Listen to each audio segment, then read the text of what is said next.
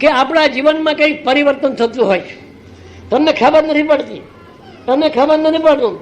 જેમ slow poison ધીમે ધીમે ઝેર વ્યાપી જાય એમ આ ગુરુનું તમારી અંદર એનું શું વ્યાપે? એનું ઝેર નથી વ્યાપતું, અમૃત. અમૃત અમૃત તમારા અંદર ધીમે ધીમે ધીમે. ચંદ્રમાં અમૃત છે, चंद्र अमृत है। एक गुरु ने एक बार गुरु का अपने प्राप्त हुआ, गुरु की कृपा हो गई, देखो तुम अमृत पिया, तुम कुछ करने का नहीं। स्वाद स्वाद जरा उसका स्वाद तुम चाख लो, स्वाद तुमको मिल जाए, प्रसाद मिल जाए, स्वाद मिल जाए, और तुम कहाँ के कहाँ चले जाओ। એટલે ગુરુ પૂર્ણિમા કે જેવો તે ઉત્સવ ગુરુ પણ મહાન ઉત્સવ છે, જ્યાં ગુરુ હોય ત્યાં દર્શન કરવા જવું જોઈએ। હમણાં તો એવું થઈ ગયું કે ગુરુ તો બરાબર કાંઈ ને કેટલા અડધા મરી ગયા ને કેટલા અડધા જીવો ને કાં, એક ગુરુ જીવતો છે, એક ગુરુ જીવતો છે, અને તે તમારો નજીક છે, છતાંય અમારાથી નથી આવતું। તમે કાશી જાઓ, ત્યાં સૌરાષ્ટ્રમાં જાઓ, અમારા ગુરુ ત્યાં અહીંથી જાઓ છો, પણ નજીક ગુરુ છે તે તમારે દર્શન નથી થતા।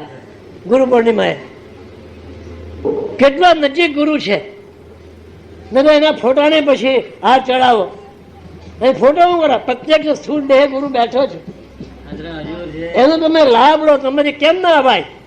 બીજા બધા તમારા આના કંઈ કારજ હોય, છોકરી લગાવવાનું હોય કે પેલું હોય, જવું પડે ભાઈ। હા, છોકરીને હાવું ને જરા એમ કે ખોટું લાગે, ગુરુનું ખોટું નહીં લાગે, ગુરુ નહીં જાય તો કાંઈ નહીં, ગુરુને સમજાવી દઈશું, પણ છોકરીને સાસુને ખોટું લાગે ને?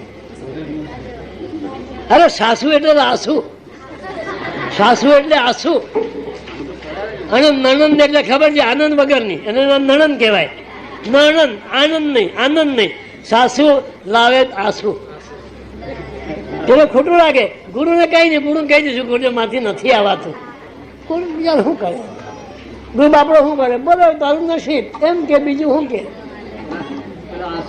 જયારે ગુરુ આટલો નજીક અમારી નથી આવાતું, બીજું બધું કામ હોય તો પૈસા ખર્ચીને જઈએ, ભલે ડબલ થાય તો ડૉક્ટર પાસે જવું છે કંઈ નહીં, ગમે તે ડૉક્ટર ત્યાં જાઓ, બોમ્બે ડૉક્ટર ત્યાં હાલ લઈ જાઓ, કંઈ વાંધો નહીં, ત્યાં તમે જગ મારીને પૈસા કરજો, પણ ગુરુના આશીર્વાદ નહીં લેવાય। અરે ત્યાં પણ એ દવામાં પણ ગુરુની દુઆ જ છે ભાઈ। પછી જસરોગમાં જાઓ કે કોઈ भी रोग में जाओ, कुछ होने वाला नहीं है, जो होने वाला वही होगा, और होने वाला वही होगा, चाहे जसलोक में जाओ कुछ। लेकिन गुरु के पास हम नहीं जा सकते, उनका आशीर्वाद नहीं ले सकते। हम डॉक्टर के पास जाते हैं, वो पैसा करके हमें, ત્યારે જ્યારે ગુરુ નજીક છે તો ગુરુને કેમ આપણે નહીં? અમદાવાદ ને બોમ્બે વચ્ચે ગુરુ છે, અમદાવાદથી અહીં આવો, અહીંથી અમદાવાદ, બરોડાથી અહીં આવો, બરે બોમ્બે જાઓ, એટલો ગુરુ નજીક હોવાથી અમને રજા નહીં મળે, અમારથી અવાય નહીં, તે તારે રજા નહીં મળે। અને બૈરી માંદી પડી ત્યારે તો રજા મળે 4 દિવસની, બૈરાને ખાટલે વ્યવહાર 4 દિવસ રજા મળે, બૈરી માંદી પડે તો રજા મળે, અને ગુરુદાવાનું નહીં રજા મળે। શું આપણી શું દયાજનક સ્થિતિ થઈ ગઈ। હું એમ નથી કહેતા તમે વર્ષો રોજ જ ગુરુને ત્યાં આવો, પણ ગુરુ પૂર્ણિમા અવશ્ય, ગુરુ પૂર્ણિમા ગમે ત્યાં હો, શક્ય તો હવે અશક્ય હોય કોઈ માણસ ન આવે તે વાત જુદી છે। અને આ ગુરુ ક્યાં છે? મેં કીધું ને, અમદાવાદથી વચ્ચે ને બોમ્બેની વચ્ચે, બીજે કંઈ નથી, કંઈ સૌરાષ્ટ્ર નહીં ને આ બાજુ નહીં, પણ નથી આવતું, નથી આવતું। અમારા બધા વ્યવહારિક કામ થાય, વ્યવહારિક કામમાં તો જવું જ પડે ને, મેં કીધું ને, સાસુને ખોટું લાગે ને, અને ગુરુ શું ખોટું લાગવાનું? કહી દઈશું આ ગુરુજન ગુરુ બિચારો મારો, ગુરુને બી એવો આટલા છે, ચોહેર કાન છે, હા પેલા છે ને કાન કચોડાના ચોહેટ પગ, એક તૂટી ગયો ને એક રહ્યો તો અમારે શું તેની હતી? તમે આવો તો ગુંજગાય તો શું ફરક પડવાનો છે? શું ફરક પડવાનો? અમારે શું પડવાનું? તમારે પડવાનો। એટલે જ્યારે જ્યારે જે વખત આપણે ગુરુનું સ્મરણ થાય અવશ્ય જાઓ। ગુરુને ત્યાં જવાની કંઈ તમને એ નથી, તમને કંઈ દુઃખ નથી થવાનું, ઉલટું તમારો ફાયદો જ થવાનો છે, ગુરુની દ્રષ્ટિ પડે।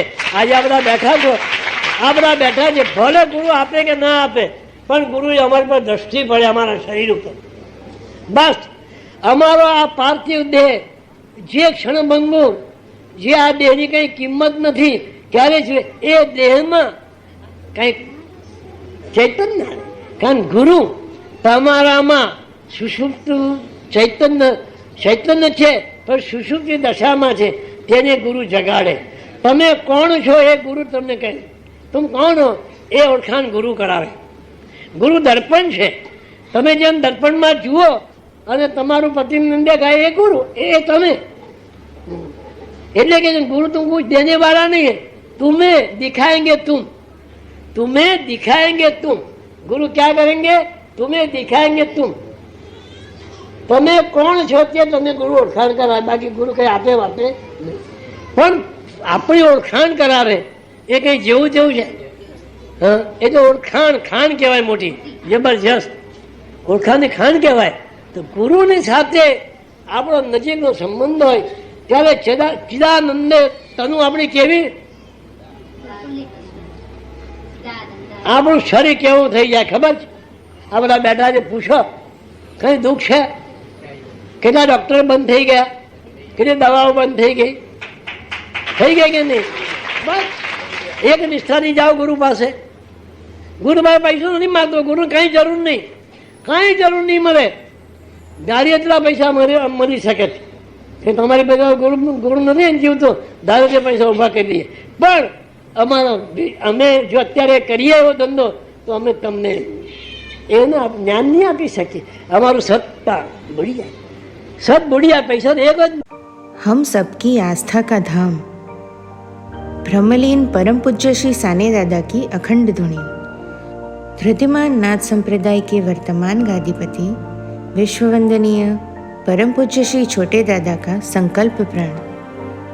हजारों लाखों श्रद्धालुओं का दुख दूर करने वाला, प्रेम और भक्तों की अपार श्रद्धा का धाम, वो है हमारा नवनाथ धाम, ब्रह्मलीन परम पूज्य श्री साने दादा समाधि मंदिर.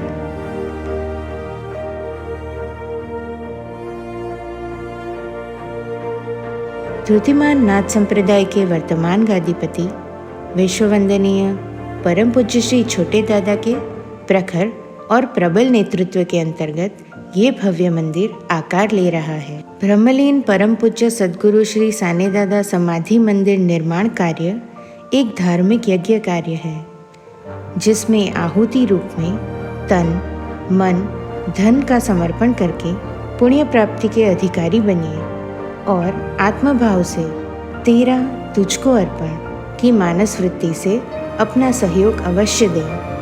मन से देंगे तो भीख कहलाएगी, विश्वास से देंगे तो दान कहलाएगा, आत्मभाव से देंगे तो धर्म या कर्तव्य कहलाएगा. आपका दान माँ विमला अखूट अन्न क्षेत्र ट्रस्ट में करें. आपका दान मूल्य आर्टिकल 80G के तहत आयकर से राहत दायरे में आएगा.